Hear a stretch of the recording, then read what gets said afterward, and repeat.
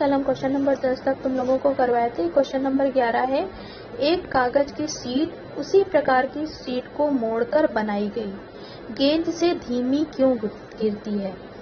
तो अगर तुमने कागज की 2 शीट लिया है, कागज की 2 शीट तुमने ले लिया, ये एक प्लेन और एक इसी तरह की शीट और लिया जिसको तुमने क्या किया, इसको बॉल, अक्सर बच्चे क्या करते हैं, कागज को बॉल जैसा बनाकर उछलते हैं, तो वही तुमने किया। एक कागज की शीट को ऐसे ही एयर में छोड़ा और दूसरी वाले को बॉल बनाकर तुमने छोड़ा।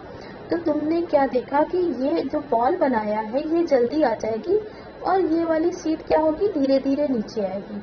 ऐसा क्यों होता है कि जब हमने कागज की शीट और कागज से बनी हुई बॉल को छोड़ा, एयर में ड्रॉप किया, तो क्या हुआ, कागज की शीट देर में नीचे आई जबकि बॉल क्या हुआ, जल्दी से नीचे आई।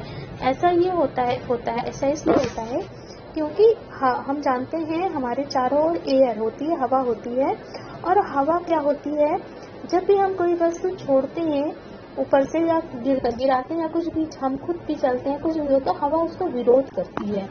तो जो कागज की प्लेन शीट है उस पर वो क्या होगी, हवा के विरोध को, हवा का वो ज्यादा विरोध नहीं कर पाएगी, वो देर में नीचे आएगी। जबकि कागज की जो बॉल बनी है वो आराम से नीचे आ जाएगी, हवा को काटते हुए नीचे आराम से आ जाएगी।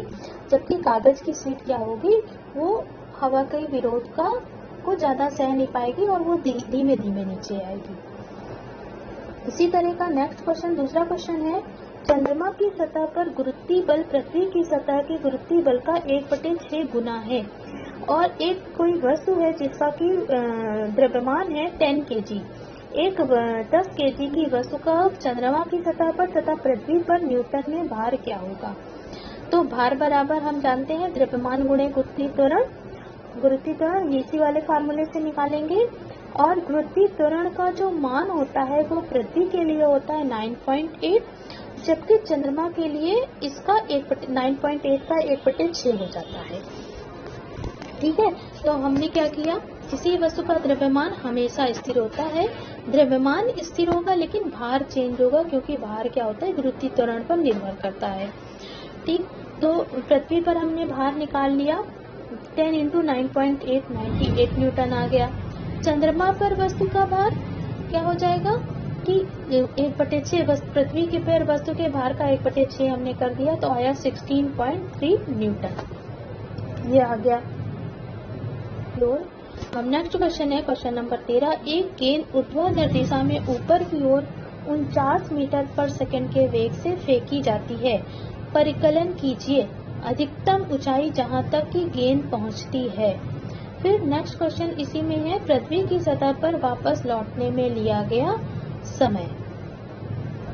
तो इसको हम निकाल कर दिखाते हैं तुम्हें।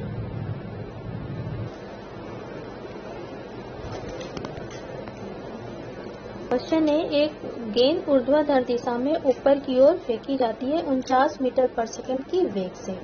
इसे हम करके दिखाते हैं तुम्हें। ये क्वेश्चन है, इसको हम लगाकर दिखाते हैं तुम्हें।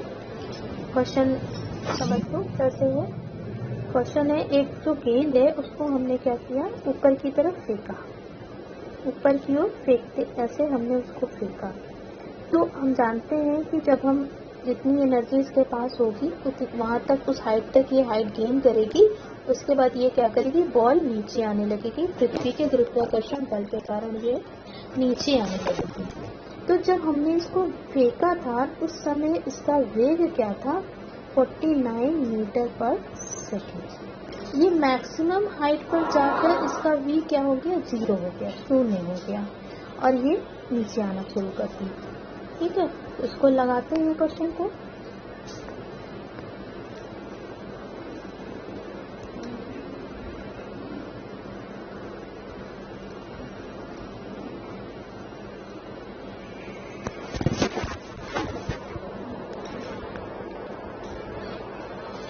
जब हमने बॉल को ऊपर फेंका था उसका वेग क्या था, 49 मीटर पर सेकेंड, और इसकी अंतिम वेग क्या होता है, 0, और c का मान कितना था, 9.8 मीटर पर सेकेंड स्क्वायर।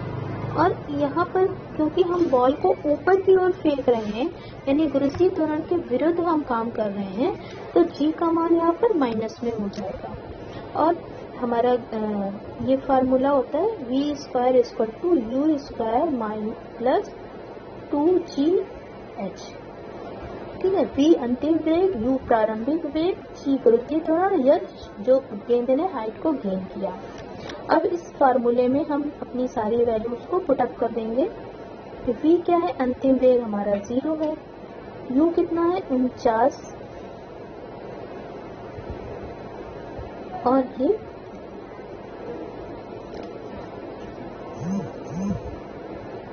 यहाँ नहीं आ रहा तो नीचे लिख देते हैं माइनस जी का मान कितना है 9.8, और एच हमें पता करना है। ठीक, ये 0 अभी इस तरह लॉस कर लेते हैं।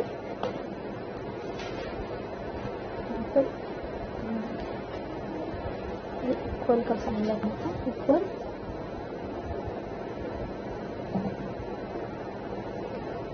अब ये यहाँ माइनस और ये प्लस, तो ये माइनस हो जाएगा 2 इंटू 9.8h। इतनी चीजें हैं हमारे पास। अब हम इसको निकालते हैं।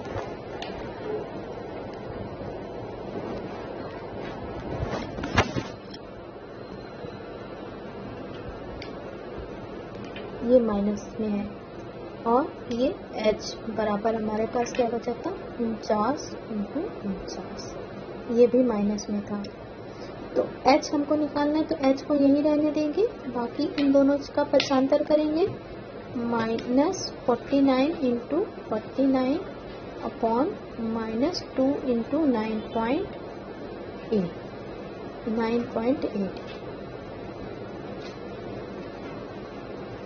अब क्या करेंगे, ये दशमलव हटाएंगे, यहाँ से दशमलव हटता है तो ऊपर क्या होता है, एक 0 बढ़ जाता है। 49 से ये कट जाएगा, 49 दूनी 9, 98, और ये माइनस माइनस कैंसिल हो गया। अब 2 से इसको काटेंगे, 2 दूनी 4, 2 चौको 8, और 2 पंचे 10, फिर ये 2 से कट जाएगा, 2 एकम 2, 2 दूनी 4, 2 दूनी 4, और ये 5, 2 एकम 2, 2 दूनी 4, 2 दूनी 4, और ये 0.5। तो कितना हाइट है उसने गेन किया, 122.5 मीटर की हाइट उसने गेन किया। ठीक, अब नेक्स्ट क्वेश्चन इसमें शायद एक और पूछा था, पृथ्वी की सतह पर वापस लौटने में लिया गया कुल समय। पृथ्वी की सतह पर वापस लौटने में, तो इसको भी हमने यहाँ पर लगा के तुम लोगों को दिखाया है। तो गति के प्रथम समीकरण को ये हमने बताया v equal to u plus g t. इस समीकरण में हमने क्या किया, v हमारा 0 है, u 49 है, 9.8 माइनस 9.8 2। अब यहाँ पर इसको मैंने पक्षांतर कर लिया, 9.8 को 9.8 इस साइड में हम इसको लेकर आए लेफ्ट साइड में, तो ये माइनस में था, इधर आया तो ये प्लस में हो गया। और t इक्वल टू निकालना है, तो 9 पॉइंट यहाँ पर नीचे आ गया।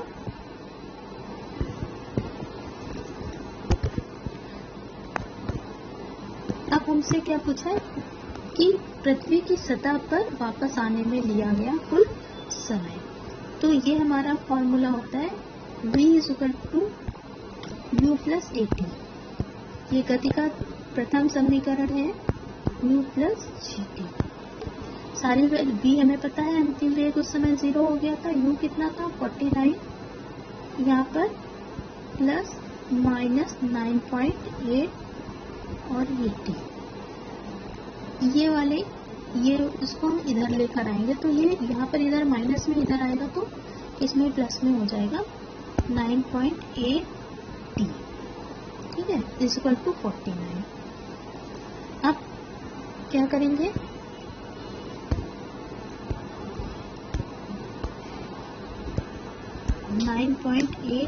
t इक्वल टू 49, तो t इक्वल टू 49 अपॉन 9.8, इधर से हटाएंगे तो ये 0 होगा। अब ये कट जाएगा, ऊपर आएगा 10 और ये 2 बार में 2 पंचे 10, तो t इक्वल टू कितना है 5 सेकेंड। ये 5 सेकेंड में ऊपर गई थी और 5 सेकेंड ही उसको नीचे आने में लगेगा। जब कोई वस्तु ऊपर गई थी, ऊपर गई तो उसको 5 सेकेंड लगा और नीचे आने में भी 5 सेकेंड लगा, तो 5 सेकेंड जाने में और 5 सेकेंड आने में, तो इसको वापस आने में कितना समय लगा 10 सेकेंड का। ठीक है, 5 सेकेंड में गेंद अधिकतम ऊंचाई तक गया और 5 सेकेंड में वापस पृथ्वी पर आ गया, अतः पृथ्वी की सतह पर पहुंचने में 10 सेकेंड लिया।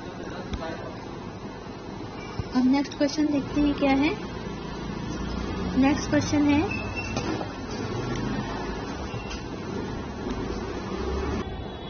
नेक्स्ट क्वेश्चन है 19.6 मीटर ऊंची एक मीनार की चोटी से एक पत्थर छोड़ा जाता है।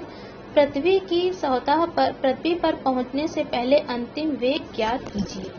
एक मीनार की से ऊपर से क्या हुआ, एक पत्थर गिराया गया, तो उसका प्रारंभिक वेग क्या था 0 था और गुरुत्वीय त्वरण 9.8, अंतिम वेग हमको उसका निकालना था।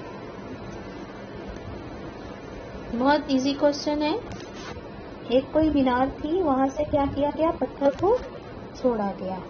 ऊपर से क्या किया गया, जब छोड़ा गया, जब यहाँ से ये छोड़ा गया, ये नीचे की ओर आ रहा है, जब यहाँ से ये छोड़ा गया तो इसका जो है जब प्रारंभिक वेग क्या था 0 था, प्रारंभिक वेग 0 था और यहाँ पर पहुँचते पहुँचते उसने जो वेग गेन किया वो हमें निकालना है।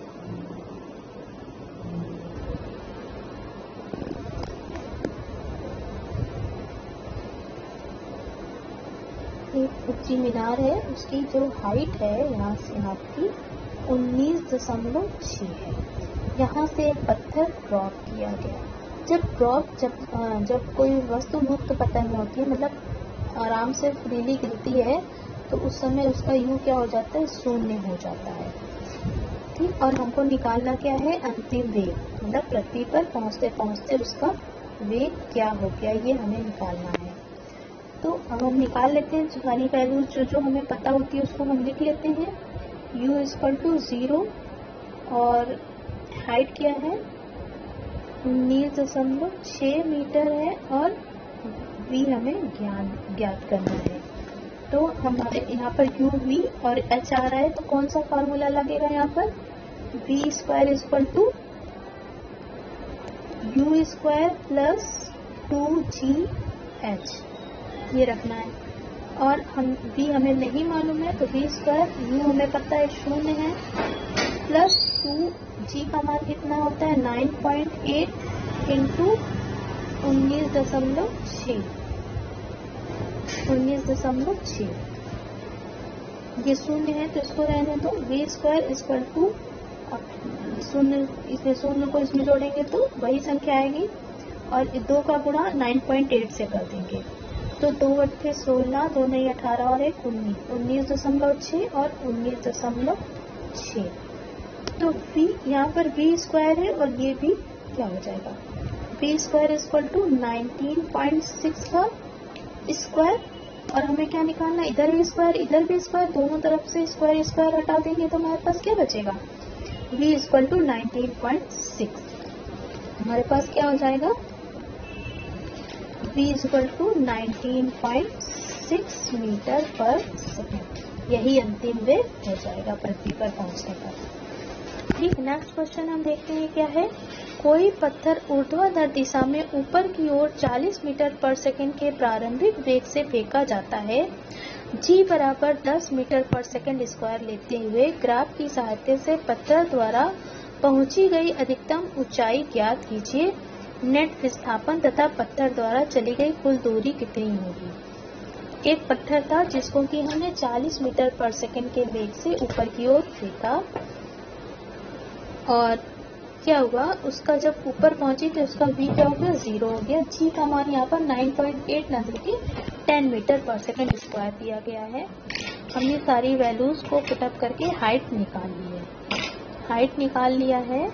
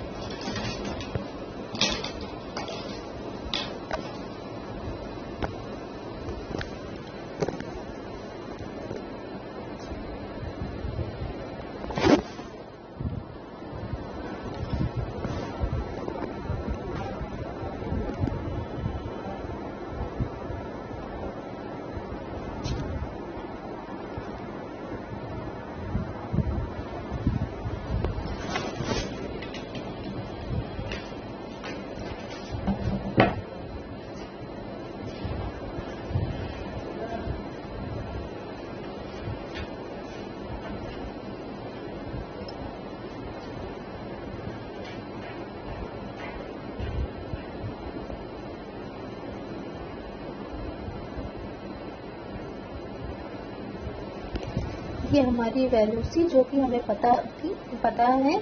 इसके हिसाब से हमारा फार्मूला क्या बनेगा? फार्मूला बनेगा v square equal to u square plus 2gh। और हम सारी वैल्यूज, ये तो हमारा 0 है क्योंकि जब ऊपर गई वस्तु तो उसका वेग 0 हो जाता है। u कितना है? 40 स्क्वायर प्लस 2, और यहाँ पर g का मान कितना होगा? -10। h हमको पता करना है। इसको हम पक्षांतर करेंगे, इधर आएगा तो किस में हो जाएगा? प्लस में हो जाएगा। प्लस में हो जाएगा तो कितना हो गया? 20। इसका गुणा करेंगे तो 20h equal to 40 into 40। Square है तो 40 इंटू 40 लिख सकते हैं। h इक्वल टू कितना हो गया? 40 इंटू 40 अपॉन ये 20 इधर आएगा तो माइनस, ये हो गया 2 20 दूनी 40, तो 40 दूनी 80। क्या हो जाएगा? हाइट कितनी आई? कितनी हाइट उसने गेन किया? 80 मीटर। ठीक है, ये जो पत्थर था या गेंद जो भी था ये 80 मीटर ऊपर गया और फिर 80 मीटर ही नीचे आया। तो ये हो गया। अब उसने ये तो हाइट पूछा, दूसरा क्या पूछा है? विस्थापन। दूसरा क्वेश्चन क्या पूछा है? विस्थापन। तो विस्थापन बराबर क्या होता है? अंतिम स्थिति माइनस प्रारंभिक स्थिति। एक पत्थर ऊपर यहाँ से गया और यही पुनः आ गया। ये हमारी अंतिम स्थिति थी और ये हमारी प्रारंभिक स्थिति थी। तो अंतिम स्थिति और प्रारंभिक स्थिति क्या थी? एक ही जगह थी। अंतिम पॉइंट माइनस प्रारंभिक पॉइंट, ये दोनों एक है तो क्या हो जाएगा? 0 हो जाएगा। विस्थापन 0 हो गया। अब क्या है? चली गई कुल दूरी। कुल दूरी पूछा है तो कितना गया था? 80 मीटर गया था ऊपर और 80 मीटर ही वापस नीचे आया, तो कुल दूरी कितनी हुई? 160 मीटर। ये क्वेश्चन हो गया।